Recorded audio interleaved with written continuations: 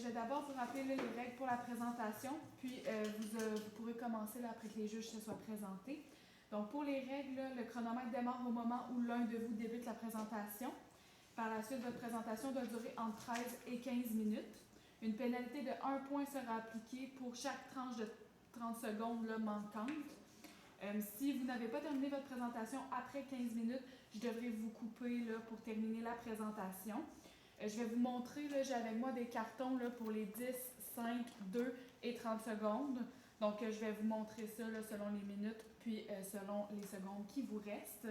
Puis, une fois la présentation terminée, les juges auront 5 minutes pour vous poser des questions. Donc, je vais maintenant inviter les juges là, à se présenter. Bonjour. Bonjour.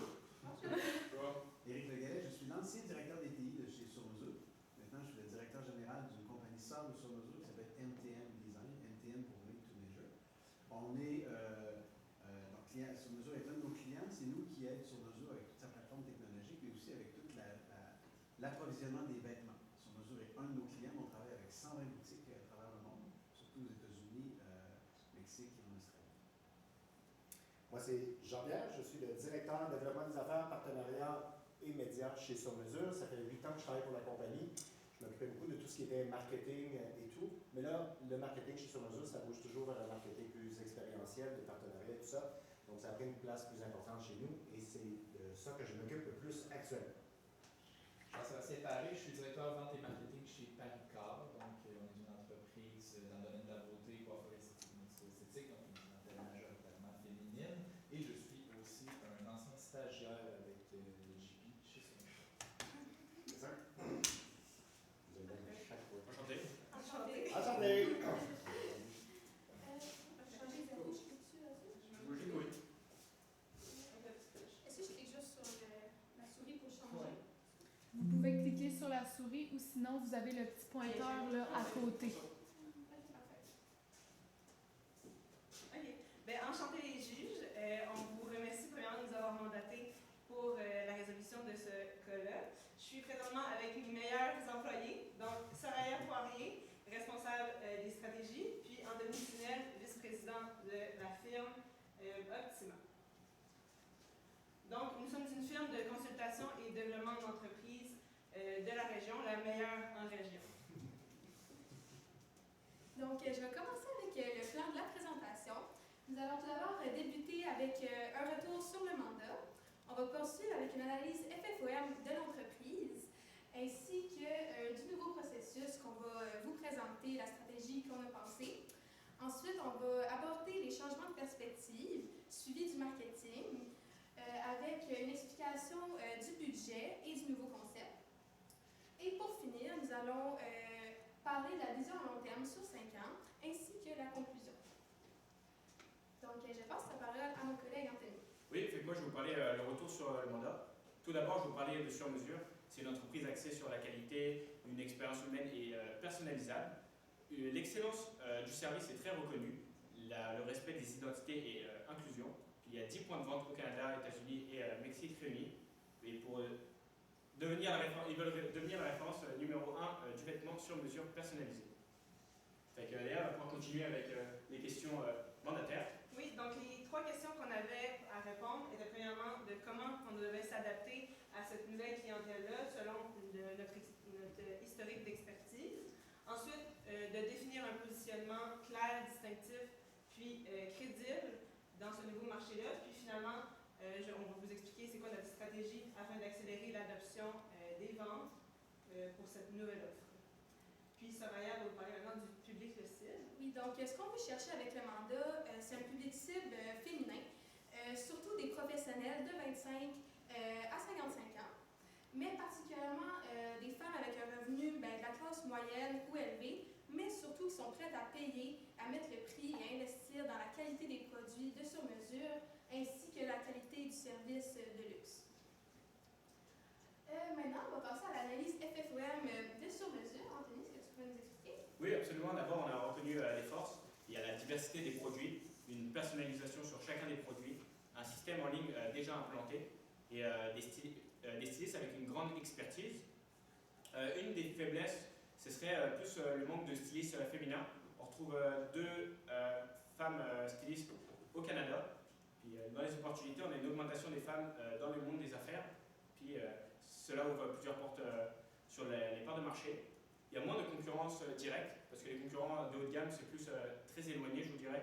Il n'y a pas vraiment de concurrents dans la même ville.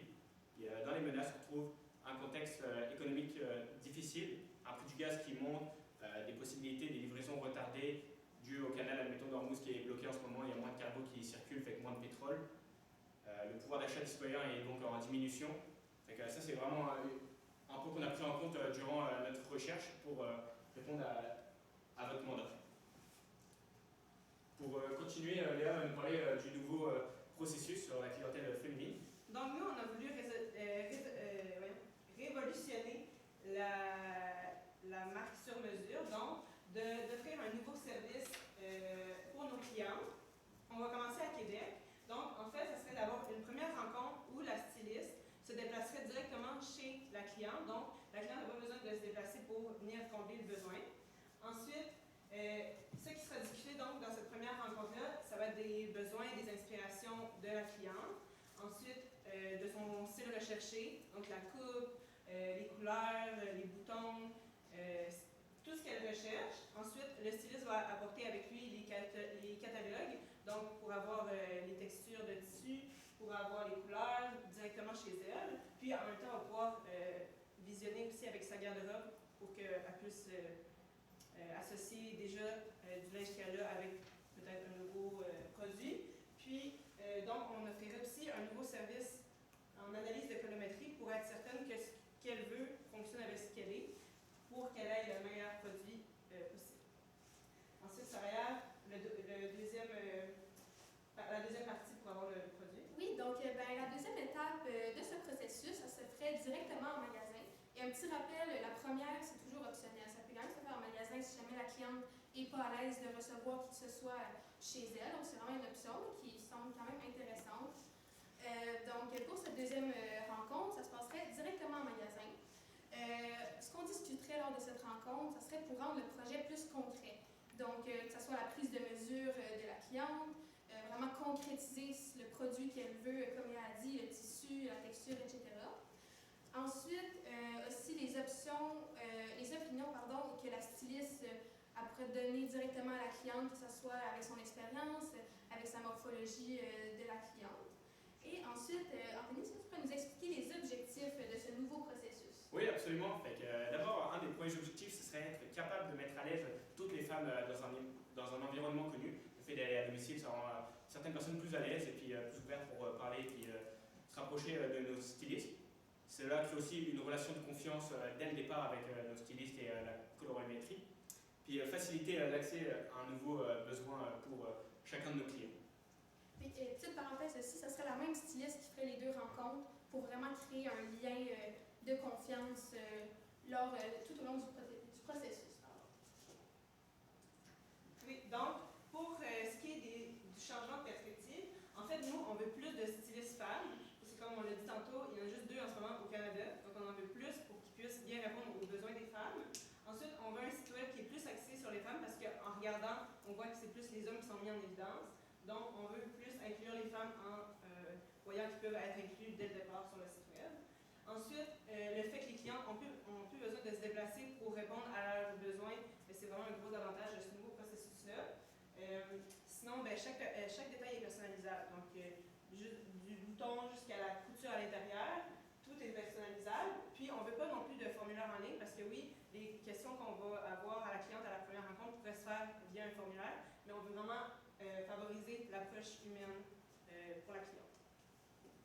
Soraya, maintenant le marketing, comme la meilleure responsable en marketing. Oui, donc je vais vous expliquer un petit peu le marketing et comment on veut accélérer l'adoption de notre service.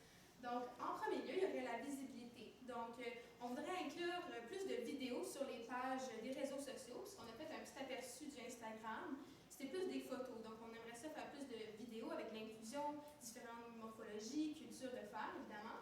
Ensuite, on aimerait ajouter l'implantation d'un compte TikTok, puisque, comme nous le savons, c'est quand même une plateforme qui est super populaire de nos jours. L'algorithme peut prendre une ampleur très grande en peu de temps. Et il y a beaucoup d'entreprises québécoises qui utilisent cette plateforme pour augmenter sa visibilité. Donc, nous trouvions que c'était super intéressant comme plateforme à intégrer. Ensuite, pour ce qui est des partenariats, donc on a vu que l'entreprise a déjà travaillé avec Jessica Campbell, qui est la première entraîneur dans la NHL. Donc, on aimerait ça s'associer de nouveau soit avec elle ou avec des femmes qui se démarquent dans un monde qui est plus dit comme homme, ce qui serait super intéressant. Et pour finir, on aimerait ça faire un défilé de mode pour le lancement du nouveau processus. Donc, ce que ça impliquerait, c'est des femmes de différentes morphologies et pas nécessairement des mannequins, vraiment des gens de tous les jours qui seraient un peu dans notre public cible. On aimerait ça que le public justement soit inclusif et on aimerait ça faire participer les gens qui assistent au défilé à un concours Instagram. Donc, en postant une story, ils courent la chance de gagner un ensemble sur mesure. Maintenant, Anthony, est-ce que tu peux nous développer sur le budget du nouveau concept? Oui, absolument, c'est ce qui est le plus important, je vous dirais. Pour les dépenses, on a réalisé quelques dépenses. Pour commencer, on aurait le recrutement des stylistes femmes. Ça a quand même un coût, mais il y a déjà des ressources humaines installées dans l'entreprise. On ajoute un petit $2000 pour dire le travail impliqué là-dedans. Le salaire colorimétrie, ça, on a eu l'idée de le faire sur contrat, sur demande, en fonction de la styliste, quand est-ce qu'elle se déplace, la colorimétrie viendrait. Pour à peu près pour $75 par contrat. Un contrat, ça devrait durer une séance d'1 voire 2 heures. Pour nous, ça a quand même du bon sens. Et on ferait 75 fois 52 semaines, puis fois 3 rencontres par semaine. On ne voulait pas être trop optimiste, fait qu'on s'est dit pour commencer, 3 rencontres semaine, ça faisait bien du sens. Ce qui nous fait un total de 11 700 $ dans notre année. Le salaire d'une styliste, on l'a mis annuel. Une styliste de haut de gamme, on a calculé après, ça devrait faire aux alentours d'un bon 80 000 $ par année. Fait que si on en embauche 2, ça ferait le double, ça ferait 160 000 $ par année. Puis les équipements supplémentaires justement pour se déplacer et autres, on a compté $1 000.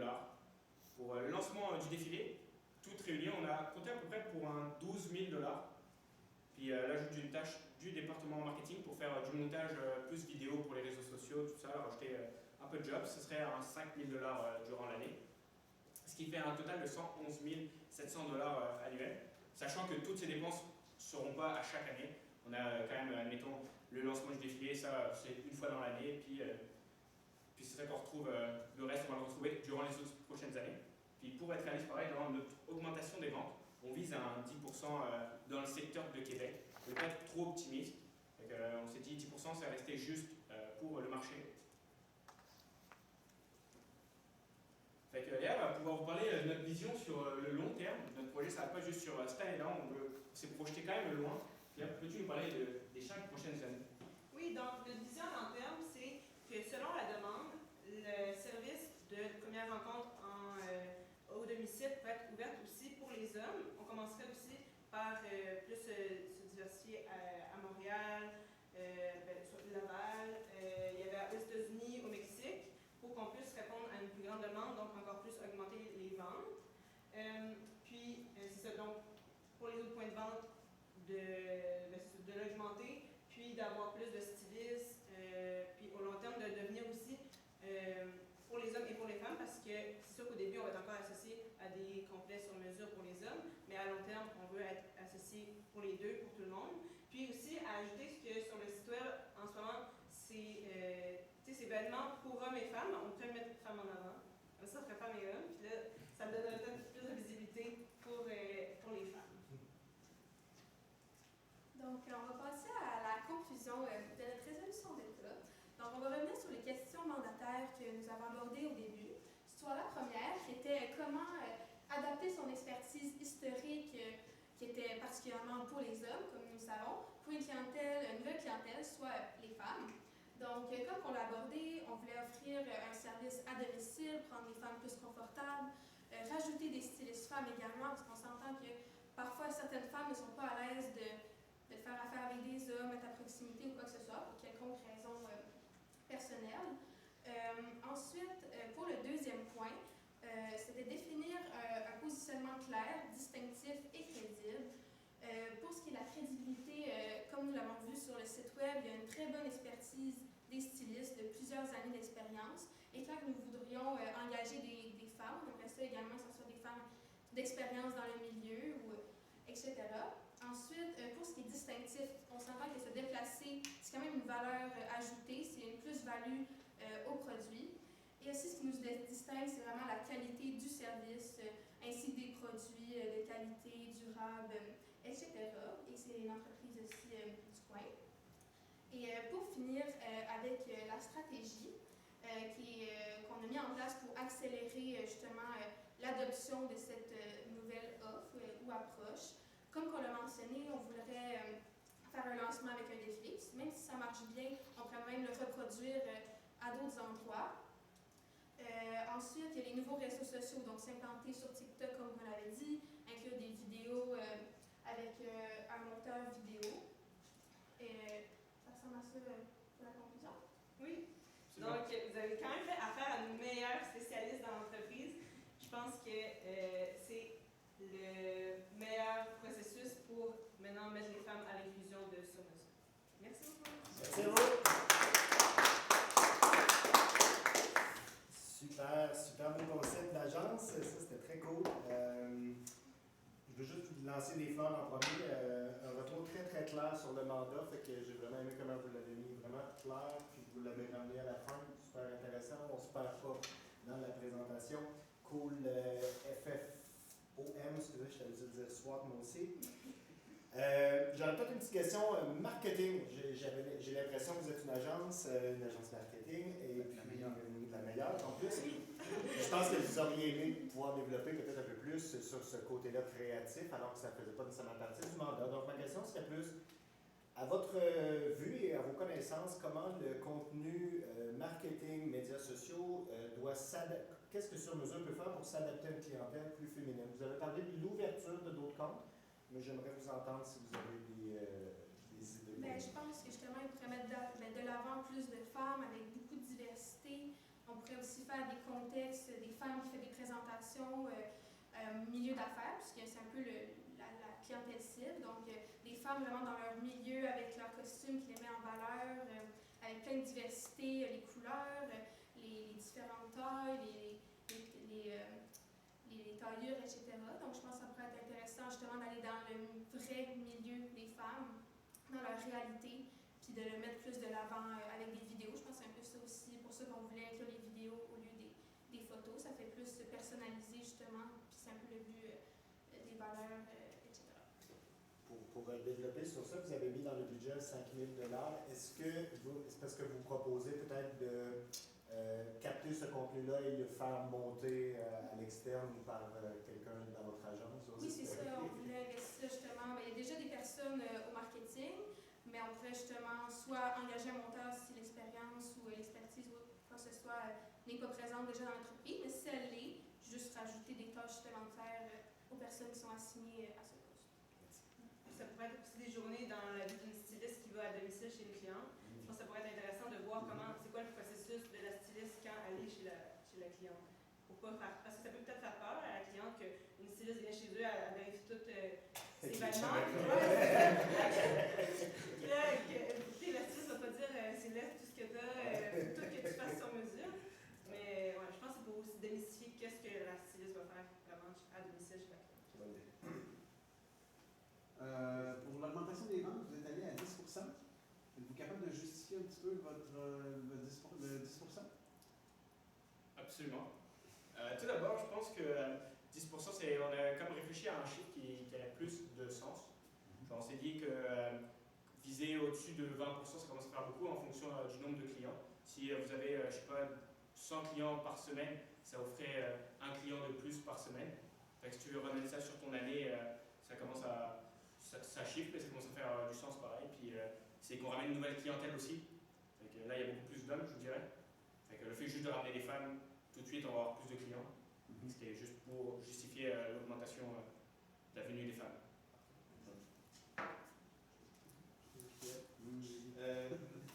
Colorimétrie, je trouvais ça bien intéressant. Vous le disiez de mettre sous contrat avec des personnes, vous avez un budget de 11 700 $ pour ça. Je vous offre le choix d'utiliser ces 11 700 $ là à contrat ou de l'utiliser en formation parce que clairement tout notre personnel pourrait en profiter. Pensez-vous que c'est le bon choix de le faire à contrat ou on devrait plutôt utiliser ce budget-là qui est considérable pour former toute notre équipe? Mais je pense que c'est aussi, on voulait le faire à contrat parce que c'est un service qu'on offre, mais c'est peut-être pas tout le monde qui va vouloir l'avoir, soit en manque de temps ou peut-être qu'ils l'ont déjà fait avant. Donc c'est pour ça qu'on voulait mettre sous contrat parce qu'on veut pas que ça soit toujours comme ça. Mais c'est sûr qu'en formation, c'est vraiment une bonne idée. Si tous nos employés sont capables de le faire, qu'on n'a pas une personne de plus à payer, c'est sûr à long terme c'est mieux. Mais au début, je pense que sous contrat, c'est peut-être le meilleur choix. OK. Fait que Excuse-moi. Si, je pense que c'est quand même, je ne sais pas si vous connaissez un peu c'est quoi la colorimétrie. C'est un peu émettre des tissus pour voir si ta teinte de peau, ça fait ressortir les traits. Je ne sais pas si ça prend une formation longue, c'est vraiment des gens qui ont l'œil pour ça. Je pense que le style, c'est quand même quelque chose qui peut être différent. C'est un œil un peu, une autre vision de voir les choses. Et je pense qu'avoir une personne vraiment expérimentée là-dedans, ça pourrait être quand même intéressant justement pour avoir un autre œil aussi de la styliste qu'elle le voit peut-être d'une autre façon. Donc je pense que ça pourrait être intéressant. C'est sûr, ça pourrait être bien aussi de former les gens si tout le monde est capable de le faire. Mais je pense qu'à contrat, c'est aussi une excellente idée. Donc la période de questions est terminée. Ouais, c'est ça. Merci beaucoup, guys. Merci, Merci.